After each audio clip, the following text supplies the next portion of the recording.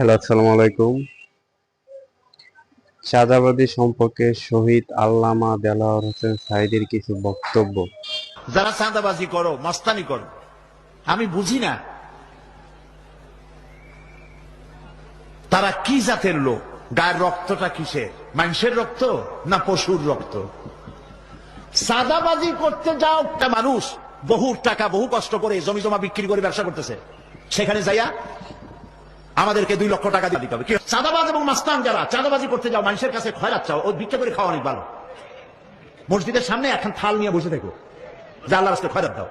দোকানদারের কাছ থেকে চাঁদাবাজি করা, বিল্ডিং কেউ নতুন বানাইতে পারে না, অমনি হাজির। গলায় সোনার চেন, হাতে কতগুলো আংটি, তারপরে হাতে মোবাইল, গলায় সোনার চেন, শহরের মহা উল্লুক জানোয়ার। বলতেছে এখানেই ফেলাইতে পারবে না, রড দিতে পারবে না আমাদেরকে সান্দানা দিয়া। এটা কি মানুষ? বলেন মানুষ? এরা মানুষের সন্তান? এরা জানোয়ার, পশু। চাঁদাবাজ এবং মাস্তান সন্ত্রাসী, ইসলামে এদের কোনো স্থান নাই।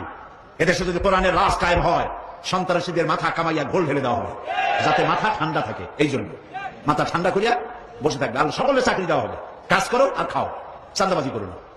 শ্বশুরের কাছে চাঁদাবাজি করে, বউর কাছেও চাঁদাবাজি করে। এত বড় লক্ষ্মী ছাড়া বউরে যায় বলে আমার হিরোইন খাওয়ার পয়সা দিবি। পত্রিকা আসছে না ভাই?